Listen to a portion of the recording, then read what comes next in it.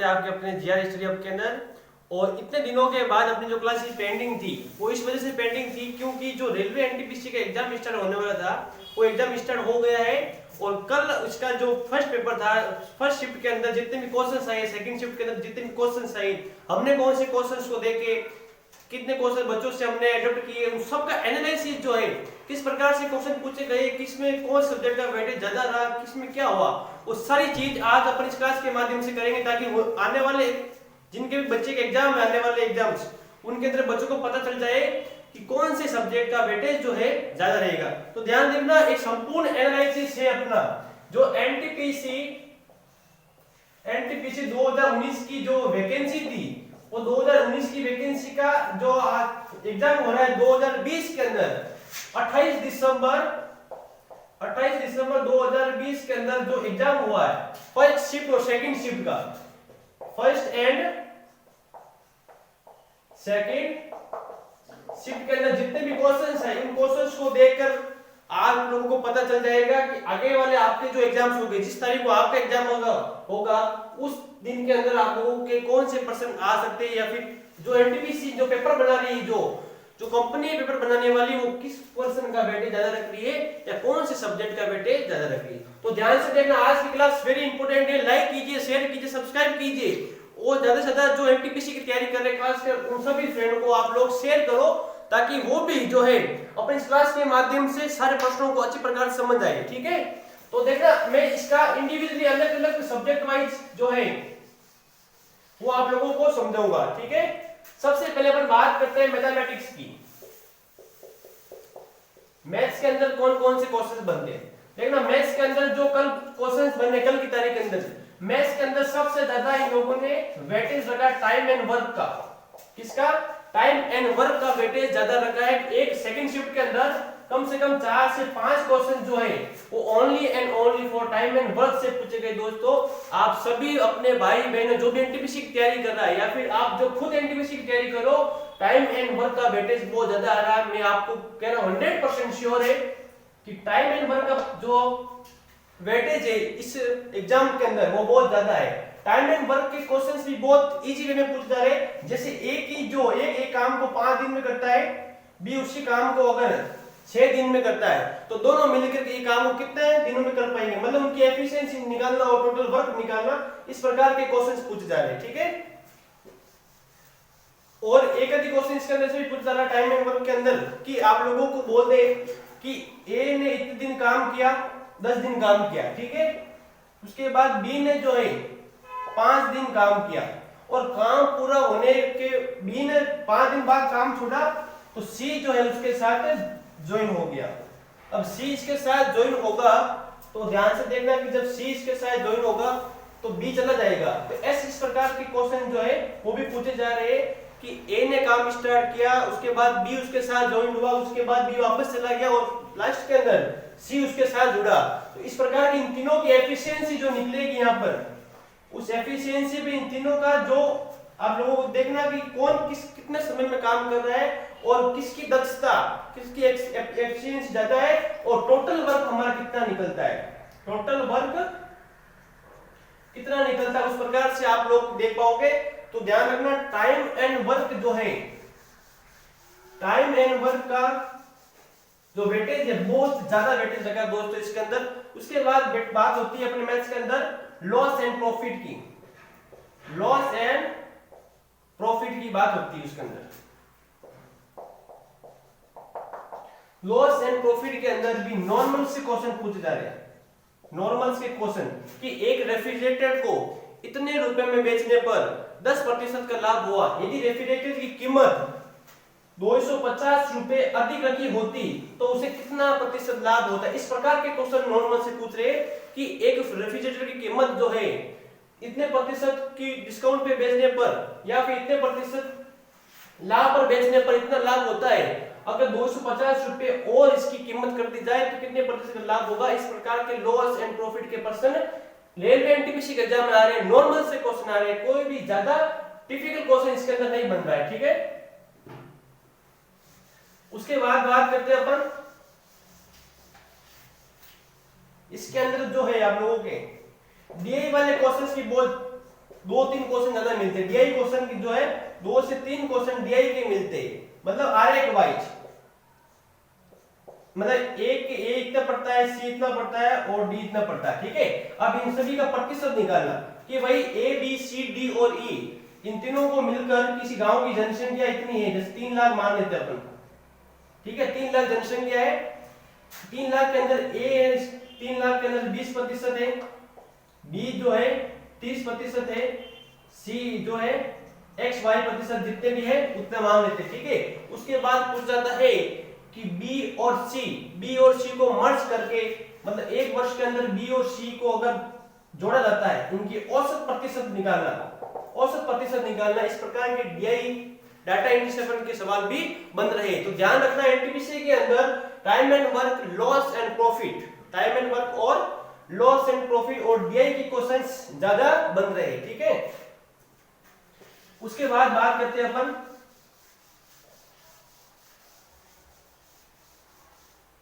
Advance math की।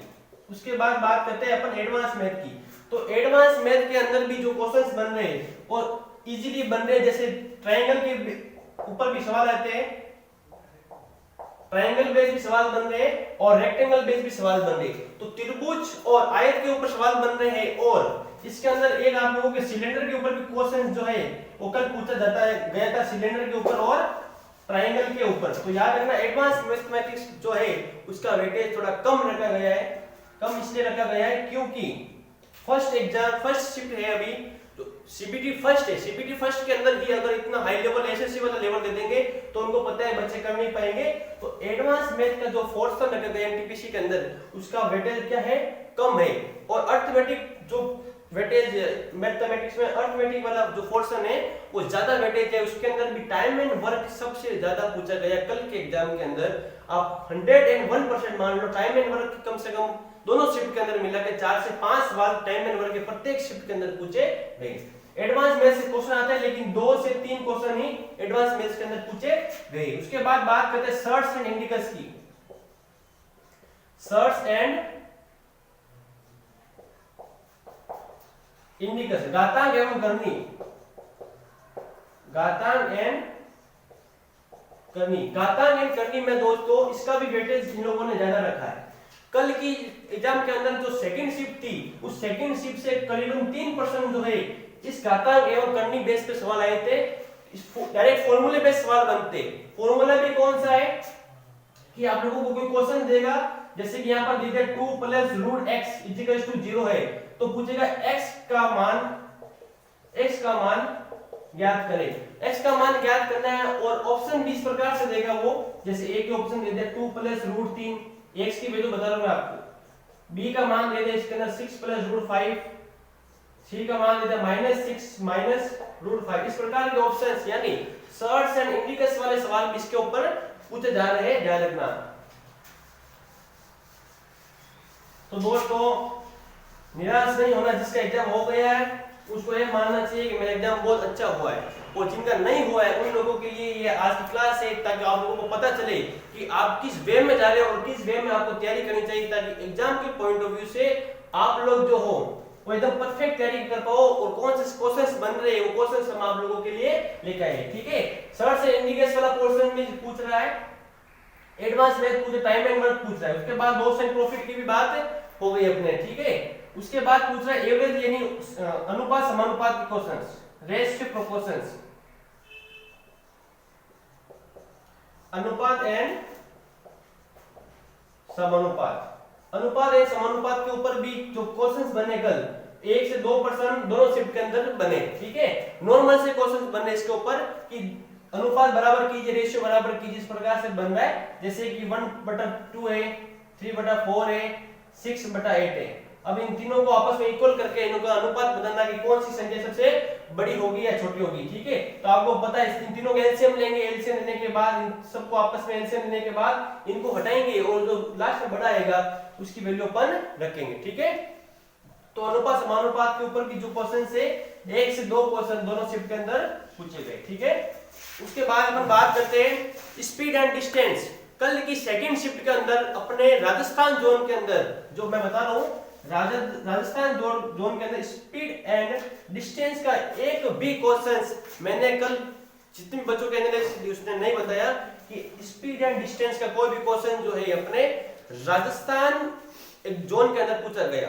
ठीक है, बाहर पूछते गए हो यूपी एमपी बिहार अगर जोन में पूछा गया, लेकिन राजस्थान के अंदर स्पीड एंड डिस्टेंस का कोई भी क्वेश्चन कल के एग्जाम के अंदर सेकंड शिफ्ट के अंदर नहीं पूछा गया है। तो आप लोग मान के चलो कि जिनका फॉर्म राजस्थान में होने वाला है, जिनका सेंटर राजस्थान में आएगा, आने वाले समय में क्या होगा कि स्पीड एंड डिस्टेंस का जो क्वेश्चन है उन शिफ्ट के अंदर डाल सकते हैं।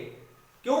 क्योंकि आज लोगों ने एनालिसिस बताया होगा कि हमारे तो एक भी स्पीड एंड डिस्टेंस क्वेश्चन नहीं आया, तो लोग क्या बच्चे क्या करेंगे, छोड़ देंगे इस टॉपिक को।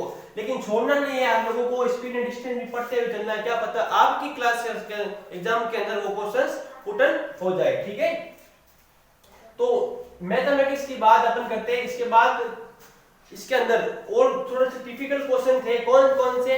आप लोग मानो सिंप्लीफिकेशन के ऊपर क्वेश्चन थे, सिंप्लीफिकेशन यानी सरलीकरण, सरलीकरण के ऊपर भी क्वेश्चंस थे। सरलीकरण का आप लोग बताए कि बीच में दे रखा है ऑफ, ऑफ यानी का मतलब होता है का, ठीक है, और जोड़ घटाओ भाग और मल्टीप्लाई, ये तो आप लोगों को पता ही है। जोड़ घटाव भाग और मल्टीप्लाई जो है करेंगे, और ऑफ का मतलब होता है आप लोगों के गुणा, ऑफ का मतलब होता है का मतलब होता है गुणा। इस प्रकार के सरलीकरण है जो 1 से 2 क्वेश्चन सरलीकरण के हर स्टेप में मिले कल की शिफ्ट में। ठीक है, सिंप्लीफिकेशन की बात होगी, सर्च इंडिकेशन की बात होगी, और एडवांस मैथमेटिक्स की बात होगी। एडवांस पे ज्यादा जोर मत देना, क्योंकि एसएससी का एग्जाम नहीं है, आप लोगों के रेलवे के एग्जाम है। रेलवे के अंदर अर्थमेटिक का पोर्शन बहुत ज्यादा है, और कल की शिफ्ट के अंदर अर्थमेटिक में भी टाइम एंड वर्क का जो वेटेज है बहुत ज्यादा देखने को मिला है।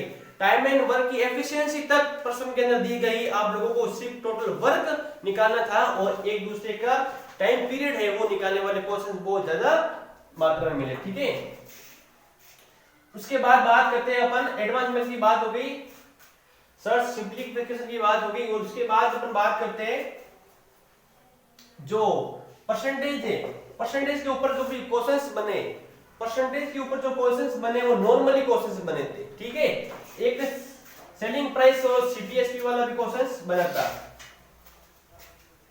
सेलिंग प्राइस सीपीएसपी वाला भी क्वेश्चंस बना था कि 10 एप्पल का मूल्य, 10 एप्पल की जो सीपी है वो 12 एप्पल के एसपी सेलिंग प्राइस के बराबर है, तो कितना प्रतिशत हानि होगी, कितना प्रतिशत लॉस होगा वो बताना। तो आपको पता है सीपी और एसपी का जब भी रेशियो दे रखा हो, 10 एप्पल सीपी बराबर है 12 एप्पल के एसपी के। ठीक है, तो सीपी अपॉन एसपी अपन को करना है, और 12 अपॉन 10 यहां पर करना है। ठीक है, 12 अपॉन 10 यहां पर करना है। सीपी एसपी यहां आ जाएगा, सीपी वहां चलेगा। अब देखना सीपी आ रही है 12, एसपी आ रही है 10, मतलब 2 की हानि हो रही है उसके ऊपर, किसके ऊपर, 10 के ऊपर। 2 की हानि हुई 10 के ऊपर, कितना प्रतिशत निकलेगा, तो याद रखना इसके 20% का जो हो वो लॉस हुआ, 20% का क्या हुआ, लॉस हुआ। इस प्रकार के क्वेश्चंस बन रहे हैं कि कितने विक्रय मूल्य के बराबर कितना क्रय मूल्य होगा, उस प्रकार के क्वेश्चंस देखने को मिले। ठीक है, अब बात करते हैं अपन रीजनिंग की।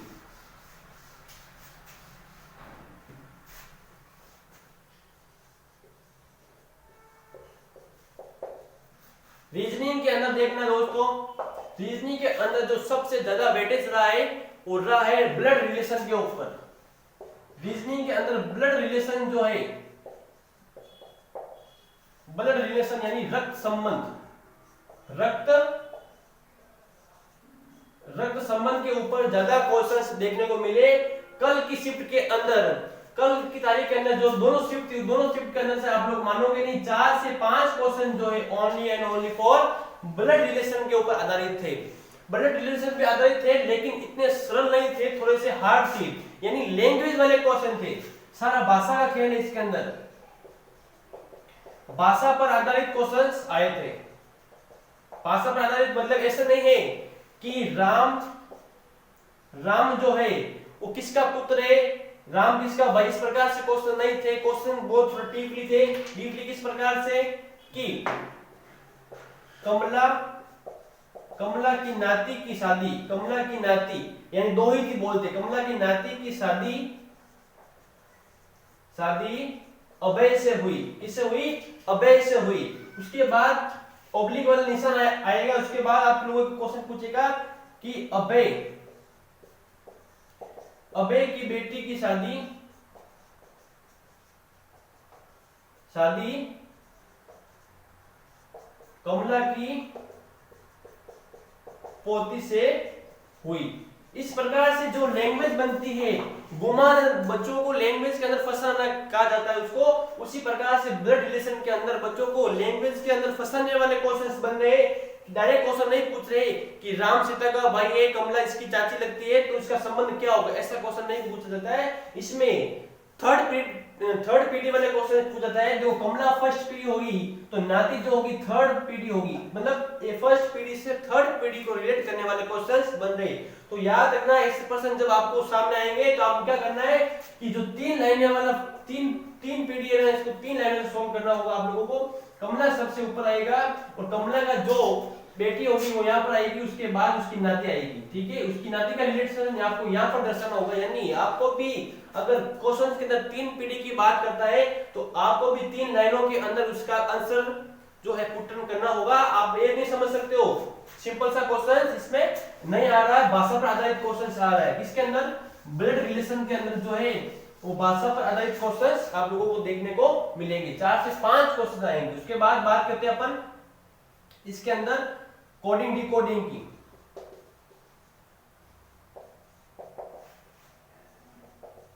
कोडिंग डिकोडिंग के अंदर भी आप लोगों को मानोगे नहीं 3 से 4% कोडिंग डिकोडिंग के आ रहे। किसके आ रहे?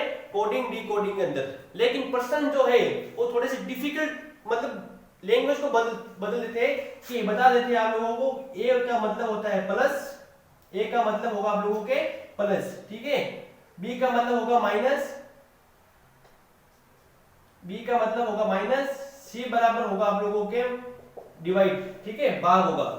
इस प्रकार से कोडिंग और डिकोडिंग के अंदर भी वो मल्टीपल के निशान देखकर इन तीनों को आपस के अंदर क्या पूछ रहे हैं? जोड़ पूछ रहे हैं या फिर इनका तीनों का रिजल्ट पूछ रहे हैं। इस प्रकार के कोई नए क्वेश्चन पुटन हुए हैं और नए क्वेश्चन कोडिंग डिकोडिंग के अंदर आप लोग मानोगे नहीं, कोडिंग डिकोडिंग के अंदर सिंप्लीफिकेशन डालने का काम जो है वो कल की शिफ्ट के अंदर पर्सन मिले, यानी 3 से 4% मिले जो सामान्य कोडिंग और डिकोडिंग थे, लेकिन 1 से 2% जो है कोडिंग डिकोडिंग के अंदर सिंप्लीफिकेशन डालने का काम कर देते हैं, ठीक है। उसके बाद बात करते हैं अपन सिलोजिज्म की। उसके बाद बात करते हैं वेन आ रहे क्या? सिलोजिज्म, ठीक है। वेन आरेख, वेन आरेख के अंदर कल बहुत ही सिंपल सा क्वेश्चन बना था, एक आधी क्वेश्चन आया था, 1 से 2 क्वेश्चन मान लो वेन आरेख की जो है फर्स्ट और सेकंड शिफ्ट पे। लेकिन सेकंड शिफ्ट के अंदर एक क्वेश्चन आया था, इसका डायग्राम क्या था, क्वेश्चन बताया था मेरे को कि टीचर, फुटबॉलर और टीचर फुटबॉलर, ठीक है, टीचर फुटबॉलर और सिंगर, टीचर फुटबॉलर और सिंगर, इस प्रकार का क्वेश्चन था। टीचर फुटबॉलर और सिंगर को वेन आरेख के माध्यम से समझाना था, ठीक है। तो देखना इसका किस प्रकार से आरेख बनेगा। देखो टीचर जो होगा वो फुटबॉल भी खेल सकता है नहीं खेल सकता है, टीचर फुटबॉल भी खेल सकता है और सिंगिंग भी कर सकता है। और सिंगर जो होगा, क्या पता सिंगर टीचर ही हो जो गाना भी गा रहा हो और शाम को फुटबॉल भी खेलता हो, तो इन तीनों का आपस में जो है वो तीनों का साथ में जॉइंट वेन आरेख बनेगा। इस प्रकार के क्वेश्चन, सिंपल से क्वेश्चंस कल पूछे गए थे कि आप लोगों को वेन आरेख के माध्यम से रिलेट करना था। क्या करना था? रिलेट करना था। तो वेन आरेख से 1 से 2 क्वेश्चंस पूछे गए, ठीक है। उसके बाद आप लोगों के सिलोजिज्म, सिलोजिज्म के अंदर कल की शिफ्ट के अंदर प्रत्येक शिफ्ट में एक एक क्वेश्चन मिला था, ओनली फॉर वन क्वेश्चन जो है सिलोज के अंदर मिले थे। किस प्रकार के क्वेश्चंस? फर्स्ट मिलेगा कोई ए बी नहीं है, कोई ए बी नहीं है, ये तो आप लोगों को दे दिया नेगेटिव, और नीचे दे दिया कुछ बी सी है, कुछ भी सी है, ठीक है। अब ऑप्शन भी आप लोगों को किस प्रकार से दे रहा है, ऑप्शन 4 पूछ रहा है जिसके अंदर चारों के चारों ऑप्शन दिए हुए थे, एक भी ऑप्शन जो है वो नोट का नहीं था, नोट का नहीं था, चारों के चारों ऑप्शंस दिए हुए थे।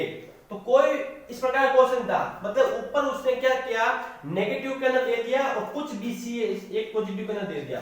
तो आप लोग चाहे इसको वेन आरेख के माध्यम से करो या 150 वाले मेथड से करो, मैं इस प्रकार के क्वेश्चंस को हमेशा 150 वाले क्वेश्चन से करता हूं। देखना साइड में समझा देता हूं मैं आप लोगों को कि जब भी कोई या नन की बात हो, कोई या नन की बात हो तो उसमें हमेशा फर्स्ट एंड सेकंड जो भी होगा वो हमेशा 100 होगा, अपने आप में क्या होगा 100 होगा। जब भी कोई नहीं है, किसी की बात होगी, नन की बात होगी, कोई ए बी नहीं है, कोई ए बी नहीं है, तो हमेशा इसमें अपन लोग 100% रिजल्ट मानेंगे, 100% रिजल्ट मानेंगे, ठीक है। अगर बात करता है कुछ बी की, कुछ मतलब होता है आप लोगों को पता है सम, सम के अंदर हमेशा 50-50 मानते हैं, सम के अंदर हमेशा 50-50 मानते हैं। अब इसके अंदर 3 रिजल्ट इसने दे दिए पॉजिटिव वे में, 3 रिजल्ट दे दिए पॉजिटिव के अंदर और एक रिजल्ट नेगेटिव दिया था, एक रिजल्ट नेगेटिव दिया था। तो आप लोगों को ध्यान होना चाहिए कि इनका आपस में जब आपस देखो नेगेटिव है, आपस में जब सिलोस होगा तो प्लस नेगेटिव वाला है तो हमेशा क्या होगा नेगेटिव रिजल्ट देगा। और जब इन दोनों का आपस के अंदर चेन बनेगी, फर्स्ट एंड सेकंड की जो चेन बनके जो रिजल्ट अपन से पूछेगा उसका क्या होगा चेन बनेगी। तो याद रखना इस 150 वाले मेथड के अंदर जब दोनों चीजें प्लस की हो, दोनों कथन प्लस के हो तो उनका निष्कर्ष जो है हमेशा पॉजिटिव होगा, और एक भी अगर नेगेटिव कथन आ गया तो उसका निष्कर्ष हमेशा नेगेटिव होगा, चाहे फर्स्ट पॉजिटिव आए चाहे सेकंड पॉजिटिव आए उनका नेगेटिव होगा। और कभी भी दोनों कथन अगर आप लोगों के नेगेटिव आ जाए तो हम इसको फाइंड नहीं कर सकते। आप लिख देना नॉट, इसका आंसर नॉट डिटरमाइंड होगा। क्या होगा? नॉट डिटरमाइंड होगा। जब दोनों कथन आप लोगों को नेगेटिव में पूछे, दोनों कथन नेगेटिव में दिए गए हो और निष्कर्ष पूछे तो कभी भी निष्कर्ष उसका फाइंड नहीं होगा। तो याद रखना, एक नेगेटिव में दिया, दूसरा पॉजिटिव में दिया, तो नेगेटिव और पॉजिटिव मिलकर आप लोगों के हमेशा नेगेटिव रिजल्ट देगा। तो जब आप लोगों को ऑप्शंस में दिखेगा पॉजिटिव, तो ऑप्शन में पॉजिटिव दिखती है, आप लोग उसको कैंसिल आउट कर देना और जो नेगेटिव वाला होगा वो इसका रिजल्ट होगा। इतना दिमाग लगाना नहीं आप लोगों को। क्यों नहीं लगाना? अगर ऊपर वाला नेगेटिव में आ गया, नीचे वाला पॉजिटिव में है, तो नेगेटिव और पॉजिटिव मिलकर हमेशा नेगेटिव रिजल्ट देगा, और नेगेटिव रिजल्ट देगा तो पॉजिटिव का कोई काम ही नहीं। तो पॉजिटिव आप लोग पहले से अपन माइंड से हटा देना कि 3 ऑप्शन तो हो ही नहीं सकते और चौथा ये वाला ऑप्शन होगा। और उसके बाद जब चेन बनती है तो जो सेम वस्तुएं होती है दोनों कथनों के अंदर, उन सेम वस्तुओं के अंदर हमेशा एक कोई भी कथन जो है वो हमेशा पॉजिटिव होना, 100% होना चाहिए, आपस में 100% होना चाहिए। देखना अब यहाँ पर बी, कोई ए बी नहीं है, मतलब दोनों 100 है और कुछ बी सी है, तो यहाँ पर 50-50 है। अब ये बी यहाँ पर 50 है और बी यहाँ पर 100 है, मतलब दोनों कथनों में से एक के अंदर बी क्या है, पूरा 100 है। तो 100 है तो दोनों कथन आपस में जुड़ सकते हैं, दोनों आपस में एक पेयर बना सकते हैं, दोनों आपस में एक चेन बना सकते हैं, मतलब इसका संबंध इससे रिलेट कर सकता है। तो अपन बता सकते हैं कि कुछ ए सी नहीं है, इस प्रकार से इसका आंसर अपन दे सकते हैं। कुछ ए सी नहीं, देखो कोई ए सी नहीं है, कोई ए बी नहीं, मतलब ए के आपस में 100 है, क्या है 100, और कुछ मतलब होता है 50। तो आप लोगों को मैं अगर 100 रुपए देता हूं तो 50 रुपए तो आपके पास होंगे ही होंगे। क्यों? क्योंकि आपको 100 रुपए दिए गए थे तो 50 रुपए आपके अंदर होंगे फिक्स है। अब 50 रुपए दिए तो आपके पास 100 रुपए कभी नहीं होंगे, मतलब जब आप लोगों को 50 100 आपके पास है तो 50 के ऊपर कितने भी क्वेश्चंस बने आप लोग आराम से कर सकते हो, ठीक है। तो याद रखना सिलोजिज्म जो टॉपिक है उसके अंदर दोनों शिफ्ट के अंदर 1 से 2 क्वेश्चन सिलोजिज्म के ऊपर पूछा गया था, ठीक है। उसके बाद बात करते हैं वाटर इमेज और मिरर इमेज की। क्लॉक का प्रश्न दोनों शिफ्ट के अंदर नहीं पूछा गया था, ठीक है। क्लॉक का प्रश्न जो है दोनों शिफ्ट के अंदर नहीं पूछा गया था, चाहे फर्स्ट हो चाहे सेकंड हो। वाटर इमेज की बात करते हैं अपन। वाटर इमेज के जो क्वेश्चन है, वाटर इमेज और मिरर इमेज, वाटर इमेज और mirror image. Water image mirror image में दोनों शिफ्ट के अंदर से एक एक क्वेश्चन पूछा गया था।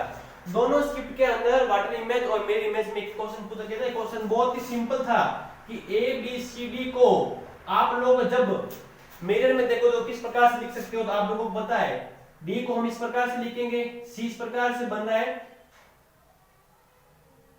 तो सी यहां पर ऐसा बनेगा, बी यहां पर ऐसा बन रहा है तो बी यहां पर ऐसा बनेगा और ए का ए बन गया। मतलब ए बी सी डी को सिंपल से क्वेश्चन थे वाटर इमेज और मिरर इमेज के, 2 नंबर आप लोगों को वाटर इमेज और मिरर इमेज जो फर्जी के दिला सकते हैं, 2 नंबर आप लोगों को वाटर एंड मिरर इमेज फर्जी के दिला सकते हैं।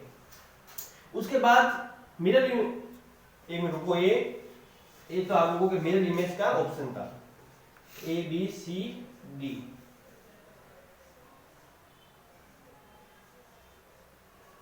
ठीक है, अब देखना अपन बात करते हैं वाटर इमेज की। तो वाटर इमेज जो है 1 2 3 4 था, अब उसका वाटर इमेज बनाना था अपन को। ठीक है,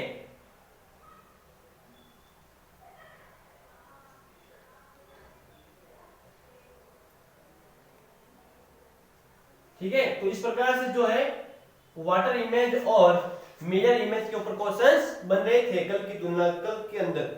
तो दोनों शिफ्ट के अंदर आप लोगों के एक एक क्वेश्चन जो है वाटर और मिरर इमेज से पूछा गया, यानी 2 नंबर आप लोग अगर वाटर इमेज और मिरर इमेज का रिवीजन कर लो तो 2 नंबर आप बिल्कुल आराम से चंद सेकंडों के अंदर लेके आ सकते हो। ठीक है, क्लॉक का एक भी प्रश्न नहीं पूछा गया, ना कैलेंडर का प्रश्न पूछा गया।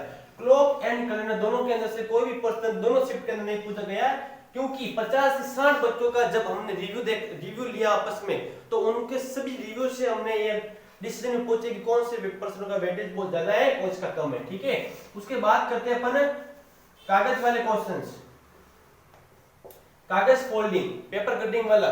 उसकी क्वेश्चन जो है दोनों शिफ्ट के अंदर एक एक क्वेश्चन मिला है उसका, दोनों शिफ्ट के अंदर आप लोगों को एक एक क्वेश्चन जो है पेपर कटिंग या पेपर फोल्डिंग के ऊपर क्वेश्चंस बने। उसके बाद बात करते हैं अपन चिन्हों की, यानी एरो की, आकृतियों की, इमेज की बात करते हैं तो आप इस प्रकार से कोई स्क्वायर बना हुआ था, उसके अंदर सबसे पहले एरो यहां पर दिखता है, सेकंड में एरो यहां पर चला गया, थर्ड में एरो यहां पर आ गया, फोर्थ में पूछा एरो किस साइड में होगा। इस प्रकार से बहुत ही सिंपल क्वेश्चन जो है आप लोगों के इमेज के अंदर आकृतियों के अंदर पूछे गए थे। तो आप लोग आराम से बता सकते हो कि फोर्थ के अंदर वापस एरो किस साइड में आएगा, इस साइड में एरो आएगा। ठीक है, तो रीजनिंग के अंदर दोस्तों इतना डिफिकल्ट कोई पेपर नहीं था, बिल्कुल साधारण पेपर था, लेकिन आप लोगों को जो ब्लड रिलेशन है वो ज्यादा समझना है। ब्लड रिलेशन जो है 4 से 5 नंबर जो कवर करते हुए चलेगा ब्लड रिलेशन ओनली, क्योंकि रेलवे को पता चल गया है रीजनिंग सभी बच्चे आराम से 30 में से आप लोग 25 क्वेश्चन एकदम राइट कर सकते हो, लेकिन रेलवे क्या कर रहा है इन 25 में से 5 क्वेश्चन जो है 5% यानी 5 क्वेश्चन जो है आप लोगों के ब्लड रिलेशन के दे रहा है, ब्लड रिलेशन दे रहा है, लेकिन बहुत ही डिफिकल्ट भाषा के अंदर, बहुत ही डिफिकल्ट लैंग्वेज के अंदर वो ब्लड रिलेशन के क्वेश्चंस दे रहा है ताकि बच्चों को पढ़ने के अंदर भी टाइम लगे। देखो एक ब्लड रिलेशन के क्वेश्चंस को आप पढ़ोगे तो कम से कम आप लोगों को जो है 40 से 50 सेकंड का टाइम लगेगा, 40 से 50 सेकंड का टाइम इस रक्त संबंध के क्वेश्चंस को समझने के लिए। क्यों? क्योंकि तीसरी पीढ़ी के क्वेश्चंस पूछ रहा है रेलवे, वर्तमान पीढ़ी की बात नहीं कर रहा है, भाई बहन की बात नहीं कर रहा है, वो नाती पोते तक पहुंच चुका है। तो आप लोग भी एक्सपर्ट हो जाए, 40 से 50 सेकंड जब आप प्रश्न को पढ़ने में लगोगे तो आप लोगों का मन करेगा इस प्रश्न को मैं स्किप करके आगे बढ़ूं।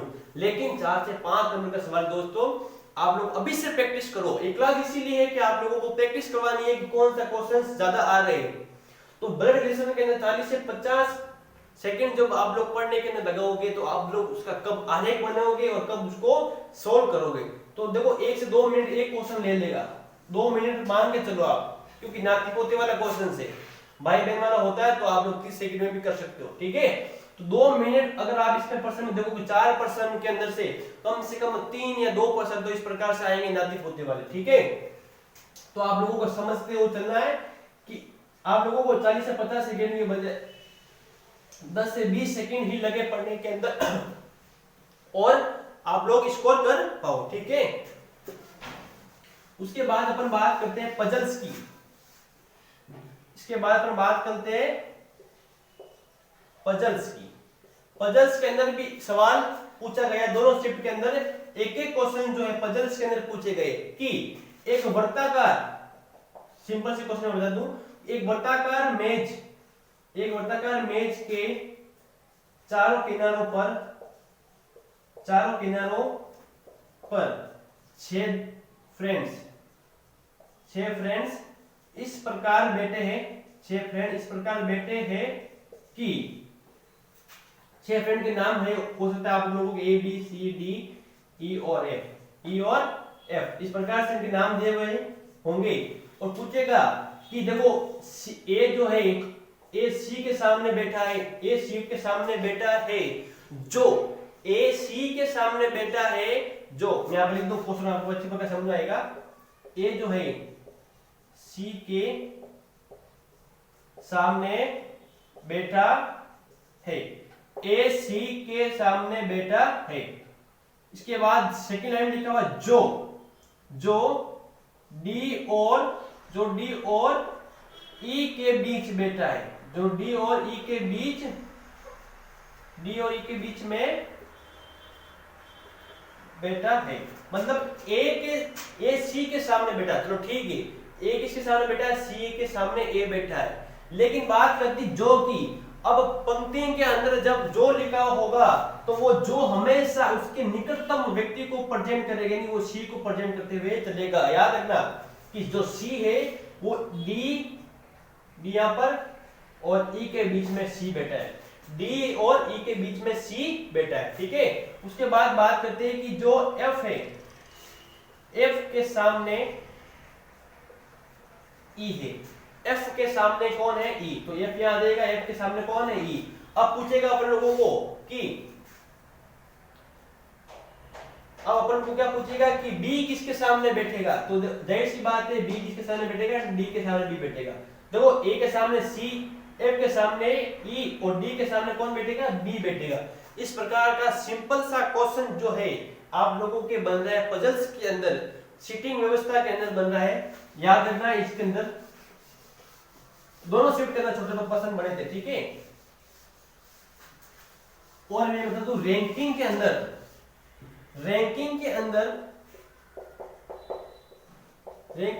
सेकंड शिफ्ट के अंदर एक भी क्वेश्चन देखने को नहीं मिला। सेकंड शिफ्ट के अंदर रैंकिंग के अंदर क्रम परीक्षण के अंदर एक भी क्वेश्चन देखने को नहीं मिला।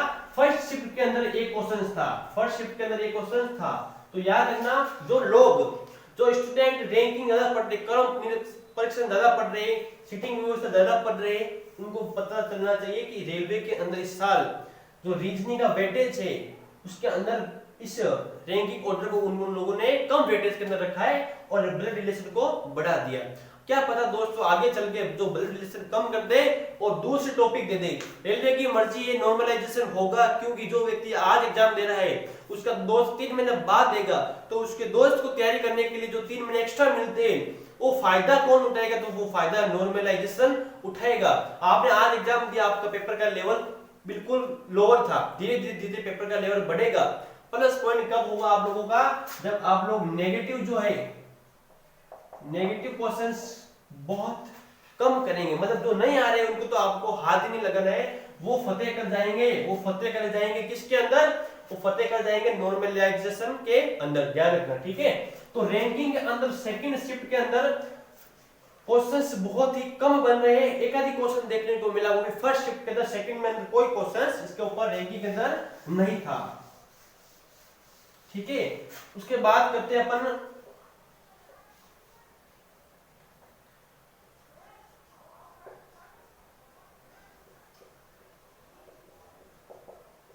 पूर्ण अवधारणा, यानी अपन बात करते हैं इसकी एजम्पशन की। एजम्पशन की बात करते हैं, इसके अंदर भी क्वेश्चन जो है दोनों शिफ्ट के अंदर एजम्पशन के एक क्वेश्चन देखने को मिले थे, ठीक है। अब इसके अंदर आप लोगों को पता चलना चाहिए कि हमेशा जो डिसीजन होता है आप लोगों का क्वेश्चंस के अंदर जब दिया जाएगा, आप लोगों को हमेशा पॉजिटिव डिसीजन लेना है। क्वेश्चंस के अंदर अगर बोल दिया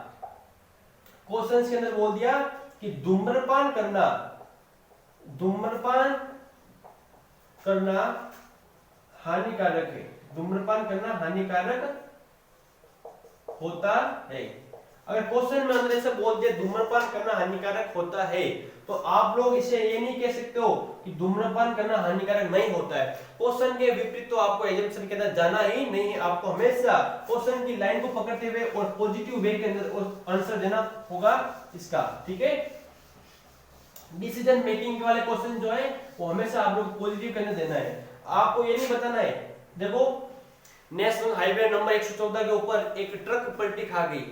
अब ऑप्शन में दिए हुए सबसे पहले ट्रक पलटी खा गई, तो ऑप्शन में दिए हुए कि ड्राइवर ने शराब पी रखी होगी। आपको ये नहीं मानना है ड्राइवर ने शराब पी रखी होगी, क्या पता ड्राइवर ने शराब नहीं पी हो, सामने वाले किसी गाड़ी की दुर्घटना से ये काम हुआ हो। तो आप लोगों को पहले से कुछ नहीं मानना है, अपने दिमाग में जो है वो दिमाग में ही रखना है।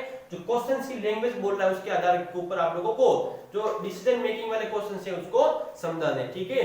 तो रीजनिंग के अंदर ब्लड रिलेशन का तो वेटेज बहुत ज्यादा है, और आकृतियों की गणना वगैरह आप लोग फिर कहोगे कि सर आकृतियों की गणना में क्या सवाल आ रहा है, आकृतियों की गणना, ठीक है।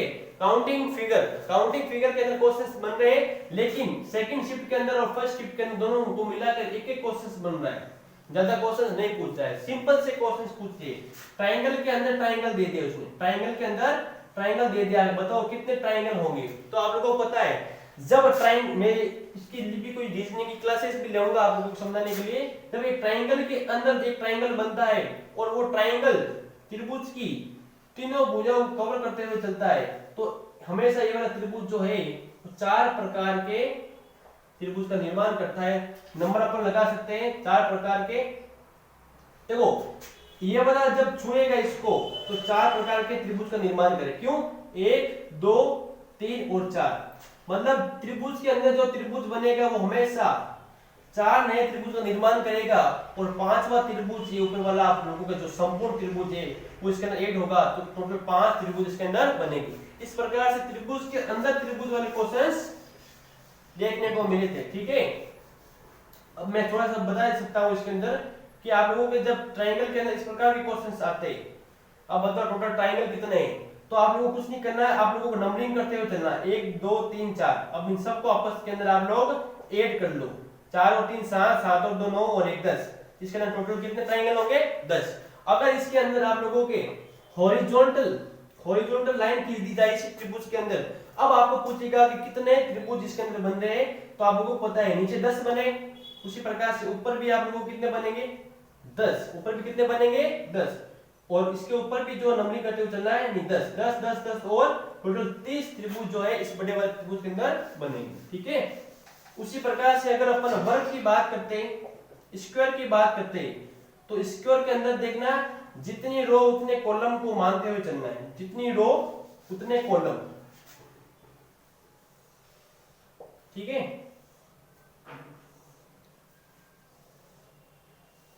जितनी रो उतने कॉलम, नंबरिंग कर दो आप लोग, इसको कॉलम को मानो C1 C2 C3, row number 1 row number 2 row number 3, मतलब देखो यहाँ पर 3 है यहाँ पर 3 है, अब इन सबको आपस में स्क्वायर करके जोड़ना, 1 का स्क्वायर प्लस 2 का स्क्वायर प्लस 3 का स्क्वायर, 3 का स्क्वायर 9, 2 का 4 और 1 का 1, तो इसके अंदर टोटल कितने वर्ग बनेंगे 14 वर्ग बनेंगे। कितने बनेंगे 14 वर्ग इसके अंदर बनेंगे। कैसे नंबरिंग कर लो 1 2 3 2 3, 3 का स्क्वायर 2 का स्क्वायर 1 का स्क्वायर, आपस के अंदर इन दोनों की नंबरिंग कर लो, आप लोगों को पता चल जाएगा इसके अंदर कितने जो वर्ग बनेंगे, इसके अंदर 14 वर्ग बनेंगे, ठीक है। उसी प्रकार जब अपन बात करते हैं किसकी आयत की बात करते हैं, तो आयत के अंदर क्या होगा, इसके अंदर भी कॉलम काउंट कर लो। आयत के अंदर क्या होगा कि जो C1 C2 C3 है इन सब का आपस में पहले जोड़ो, 3 प्लस 2 प्लस 1 बराबर कितने में 6, और इनको भी आपस में जोड़ो 1 2 3 यानी 3 प्लस 6। अब इन 6 का आपस में मल्टीपल करो तो आप लोगों को पता चलेगा 36 इसके अंदर आयत बनेंगे। कितने बनेंगे 36 आए। ठीक है, तो आज की क्लास के अंदर अपन लोग जो है मैथमेटिक्स और रीजनिंग के पेपर्स की जो सारी चर्चा है आप लोगों ने की है। इसके बाद अपन नेक्स्ट क्लास के अंदर जो मैं आपको बताऊंगा, नेक्स्ट क्लास के अंदर जो बताऊंगा आप लोगों को मैं कि जो पेपर आया है उसके अंदर रीजनिंग और इसकी क्लास है, इसको करो कैंडल करे थे काउंटिंग फिगर की। तो काउंटिंग फिगर के अंदर देखना दोनों शिफ्ट के अंदर कोई सवाल मिला तो नहीं है, लेकिन आगे के एग्जाम्स के अंदर काउंटिंग फिगर के ऊपर क्वेश्चन बन सकते हैं। क्या करेगा एग्जामिनर कि जो ब्लड रिलेशन है उसके वेटेज को कम करके काउंटिंग फिगर है, एक्शन है और आप लोगों को डिसीजन मेकिंग, इस प्रकार के जो लॉजिकल रीजनिंग है उस प्रकार के लॉजिकल रीजनिंग वाले क्वेश्चन ज्यादा डाल सकता है। तो याद रखना रीजनिंग के अंदर सबसे ज्यादा वेटेज जो है 4 से 5 क्वेश्चन का वो ओनली फॉर ब्लड रिलेशन के अंदर देखा गया। ठीक है, उसके बाद अपन बात करते हैं। तो दोस्तों ये एनालिसिस तो एक प्रकार का क्या है, आप लोगों को रूबरू करना है कि किस प्रकार का पेपर हो रहा है, किस प्रकार के क्वेश्चंस आ रहे हैं। ठीक है, बाकी मेहनत जो आप लोगों ने आज तक की है, अब आगे कौन सी आपको मेहनत करनी है, आपको कौन सा वे पकड़ना है, उसके बारे में एनालिसिस होता है। ठीक है, अब बात करते हैं अपन साइंस की। तो साइंस के अंदर जो क्वेश्चन है आप लोग मानोगे नहीं, फर्स्ट शिफ्ट के अंदर इस प्रकार के क्वेश्चन पूछे गए कि एक व्यक्ति का वजन 60 किलोग्राम यदि एक व्यक्ति वजन पृथ्वी पर है तो चंद्रमा पर उसके वजन पर कितना इफेक्ट पड़ेगा। तो आप लोगों को पता है कि चंद्रमा पर वजन जो होता है, जो द्रव्यमान होता है, द्रव्यमान एज इट इज रहता है, द्रव्यमान क्या रहता है, सेम रहता है। उसका जो मास है वो मास 1/6 हो जाता है चंद्रमा पर। ठीक है, तो वजन एज इट इज रहेगा उसका, लेकिन जो मास है वो क्या हो जाएगा, 1/6 हो जाएगा। इस प्रकार के क्वेश्चन साइंस के अंदर देखने को मिले। सेकंड शिफ्ट के अंदर आप लोग मानोगे नहीं, ऐसा क्वेश्चन पूछा गया सेकंड शिफ्ट के अंदर कि हमारा जो परिसंचरण तंत्र है, परिसंचरण तंत्र में से कौन परिसंचरण तंत्र से कौन संबंधित नहीं है। एकदम 101% ये क्वेश्चन आया था सेकंड शिफ्ट के अंदर, कल के एग्जाम के अंदर, परिसंचरण तंत्र से कौन संबंधित नहीं है। ऑप्शन में आप मानोगे नहीं, ऑप्शन में दिया हुआ था धमनी, क्या दिया था, धमनी दिया हुआ था, हृदय दिया गया था और रक्त यानी ब्लड दिया गया था, और चौथा ऑप्शन था लार्ज इंटेस्टाइन या बड़ी आंत, लार्ज इंटेस्टाइन या बड़ी आंत। तो आप लोगों को पता है परिसंचरण तंत्र किसका होता है, ब्लड का परिसंचरण तंत्र, जिसमें धमनियां काम आती है। धमनियां आपको पता है, धमनी और शिरा इसका काम आता है, ये हृदय के अंदर होता है और रक्त ही इसका मेन पॉइंट होता है। तो बड़ी आंत क्या है, बड़ी आंत दोस्तों आप लोगों को पता है डाइजेस्टिव सिस्टम के अंदर पेट में बड़ी आंत पाई जाती है, तो पेट का कोई संबंध नहीं होता। इस प्रकार से वेरी इजी पर्सन बायोलॉजी से पढ़े आए एग्जाम के अंदर। अगर आप लोगों ने मेरी बायोलॉजी ध्यान से पढ़ी, सोच समझकर पढ़ी, एकदम कॉन्सेप्ट को समझा है, तो आप बायोलॉजी में मानोगे नहीं, आप लोग बायोलॉजी के अंदर 100% रिजल्ट प्राप्त कर पाओगे। इस प्रकार के क्वेश्चन फर्स्ट शिफ्ट के अंदर बने साइंस के अंदर, इस प्रकार के क्वेश्चन बने साइंस के अंदर कि लार में कौन सा एंजाइम पाया जाता है, लार में कौन सा एंजाइम पाया जाता है। तो देखो लार में क्या पाया जाता है, pepsin, trypsin, amylase, pepsin, trypsin, amylase, या अब दूसरा है चौथा ऑप्शन नॉट। तो पेप्सिन, ट्रिप्सिन, एमाइलेज, या चौथा ऑप्शन आप मान लो लाइपेज आया, क्या आया, लाइपेज। तो आप लोगों को पता होना चाहिए एमाइलेज जो है वो लार के अंदर कौन सा प्रोटीन पाया जाता है, एमाइलेज। इसका ही दूसरा नाम होता है टाइलिन। क्या होता है, टाइलिन। यदि ऑप्शन के अंदर आप लोगों को आज तो एमाइलेज लिखा हुआ था, अगर टाइलिन भी लिखा हुआ है तो आप लोग टाइलिन या एमाइलेज दोनों में से कोई भी एक राइट करके आ सकते हो। तो देखना साइंस के अंदर जो क्वेश्चंस आ रहे हैं, बायोलॉजी के अंदर वेरी इजी क्वेश्चंस आ रहे हैं, और फिजिक्स के अंदर आप मानोगे नहीं, सेकंड शिफ्ट के अंदर फिजिक्स के अंदर इस प्रकार का क्वेश्चंस आया कि अदिश राशि बतानी, अदिश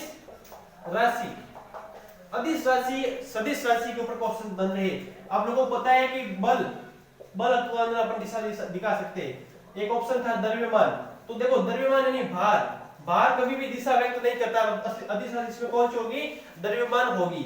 ठीक है, तो यार रखना अदिश राशि सदिश राशि के ऊपर फिजिक्स के अंदर जो है इस प्रकार के नॉर्मल क्वेश्चंस फिजिक्स के अंदर बन रहे, और केमिस्ट्री के अंदर जो है वहां केमिस्ट्री के अंदर पीरियोडिक टेबल यानी आवर्त सारणी के ऊपर क्वेश्चंस बन रहे। 2018 में अंदर 18 के अंदर बी ग्रुप का जो पेपर हुआ था, एएलपी का जो पेपर हुआ था, उसके अंदर उस साल भी इन लोगों ने टीसीएस ने जो एग्जाम कराती रेलवे आरआरबी का, टीसीएस ने क्या कहता उसमें भी आवर्त सारणी के ऊपर जो क्वेश्चन थे वो ज्यादा बहुत डाले थे। लेकिन इस साल भी एनटीपीसी के अंदर आवर्त सारणी के अंदर केमिस्ट्री के अंदर एकाधिक क्वेश्चन आप लोगों को दोनों शिफ्ट के अंदर देखने को मिलेगा। तो साइंस के अंदर ज्यादा क्वेश्चंस नहीं आ रहे, मैक्सिमम साइंस के अंदर 3 से 4 क्वेश्चन आ रहे, 4 ज्यादा है, 3 से 4 क्वेश्चन आ रहे हैं। उनके अंदर एक बायोलॉजी का क्वेश्चन 100% आप लोगों को देखने का मिलेगा। ठीक है, तो साइंस के बाद अपन बात करते हैं कंप्यूटर की। साइंस के बाद अपन बात करते हैं कंप्यूटर की। कंप्यूटर के अंदर देखना है दोस्तों 3 से 4 क्वेश्चंस कंप्यूटर के ऊपर बन रहे। सबसे पहला फर्स्ट शिफ्ट के अंदर क्वेश्चन क्या पूछा था इन लोगों ने कि कंप्यूटर कंप्यूटर का मस्तिष्क या कंप्यूटर का ब्रेन किसे कहा जाता है, कंप्यूटर का ब्रेन। तो आप लोगों को पता है कंप्यूटर का ब्रेन किसे कहते हैं, अपन सीपीयू को कहते हैं। किसको, CPU, central processing unit. Central processing unit को, सीपीयू को कंप्यूटर का ब्रेन कहा जाता है। देखो याद रखना, ऐसे नॉर्मल से क्वेश्चंस बन रहे। और भारत के अंदर बनने वाले प्रथम कंप्यूटर का नाम क्या था, भारत में बनने वाले प्रथम कंप्यूटर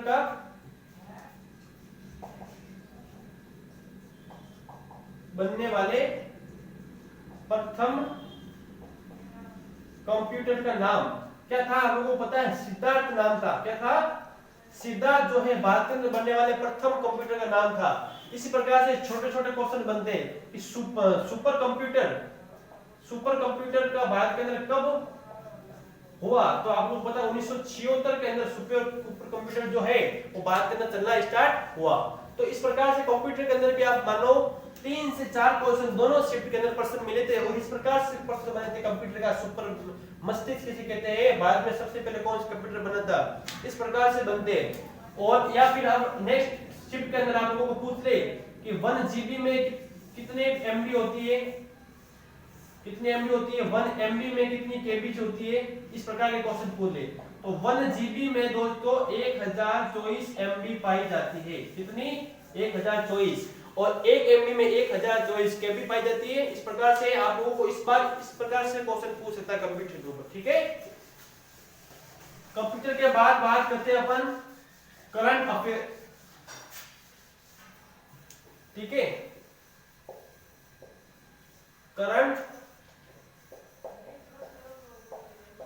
अफेयर्स के अंदर देखना दोस्तों, इसके अंदर आप लोगों के 2020 का जितना भी करंट अफेयर्स है उसके ऊपर क्वेश्चंस बने, और दोनों शिफ्ट के अंदर से 6 से 7 क्वेश्चन जो है स्टैटिक जीके और करंट अफेयर्स को मिलाकर बने हैं। स्टैटिक जीके और करंट अफेयर्स को मिलाकर 6 से 7 क्वेश्चन दोनों शिफ्ट के अंदर पूछे गए थे। सेकंड शिफ्ट के अंदर एक क्वेश्चन पूछा गया था कि बेस्ट फिल्म पुरस्कार 2020 किसे दिया गया है, बेस्ट फिल्म पुरस्कार किस फिल्म को दिया गया, किस फिल्म को दिया गया। तो आपको यहां से याद होना चाहिए कि गली बॉय जो पिक्चर आई थी रणवीर सिंह की, गली बॉय को बेस्ट फिल्म पुरस्कार दिया गया था। गली बॉय को बेस्ट फिल्म पुरस्कार दिया गया था। इस प्रकार के क्वेश्चंस आ रहे, नॉर्मल से क्वेश्चंस आ रहे ताकि आप लोग आराम से अटेम्प्ट कर पाओ। ठीक है, करंट अफेयर्स के बाद अपन बात करते हैं अपने जीके की। दोस्तों जीके के अंदर जो है आप लोगों के पॉलिटी के अंदर, जीके के अंदर पॉलिटी में 3 से 4% पॉलिटी में पूछ रहे। पॉलिटी के अंदर डायरेक्ट सन पूछ रहा है, क्या पूछ रहा है कि जलियांवाला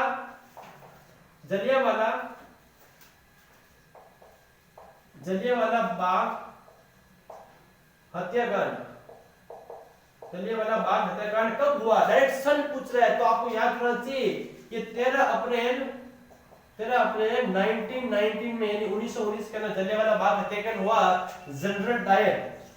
जनरल डायर के निर्देश के ऊपर यहाँ पर गोलीबारी हुई थी। आप डायरेक्ट सन पूछ रहे, जलियांवाला बाग हत्याकांड कब हुआ? 13 अप्रैल 1919 को हुआ है। इस प्रकार से सवाल पूछ रहा है। पूछ रहे सवाल के अंदर प्लासी के युद्ध में, प्लासी सेकंड शिफ्ट का सवाल है, प्लासी के युद्ध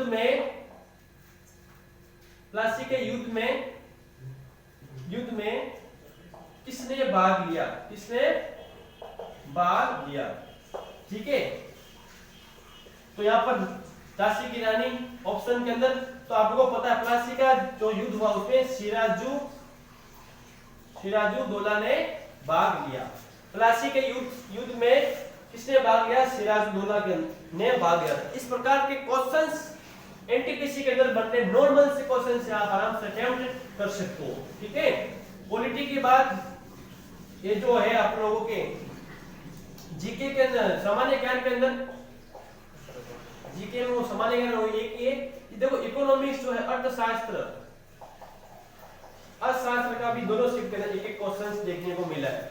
अर्थशास्त्र जो है दोनों शिफ्ट करने के क्वेश्चन अर्थशास्त्र के देखने को मिले। ठीक है, उसके बाद अर्थशास्त्र में एक क्वेश्चन मिले, पॉलिटी में मिले और सामान्य, मतलब देखना करंट जो आप लोगों के करंट अफेयर से, साइंस से, कंप्यूटर सबको मिलाकर इतने इजी क्वेश्चंस बन रहे हैं कि आप लोग जो है 40 में से कम 25 या 30 क्वेश्चन आराम से अटेम्प्ट कर सकते हो। ठीक है, और मैथमेटिक्स के अंदर भी टाइम एंड वर्क के ऊपर ज्यादा वेटेज दे रहे हैं, तो आप लोग टाइम एंड वर्क साथ साथ में प्रॉफिट एंड लॉस और परसेंटेज को भी पढ़ते रहे, ताकि आप लोग आगे वाले जो रेलवे की क्या पता क्या गतिविधि हो सकती है उसके अनुसार अपन तय नहीं कर सकते, लेकिन आज तक का जो एनालिसिस है कल के एग्जाम का, उसके अंदर संपूर्ण निचोड़ मैंने आप लोगों को बता दिया।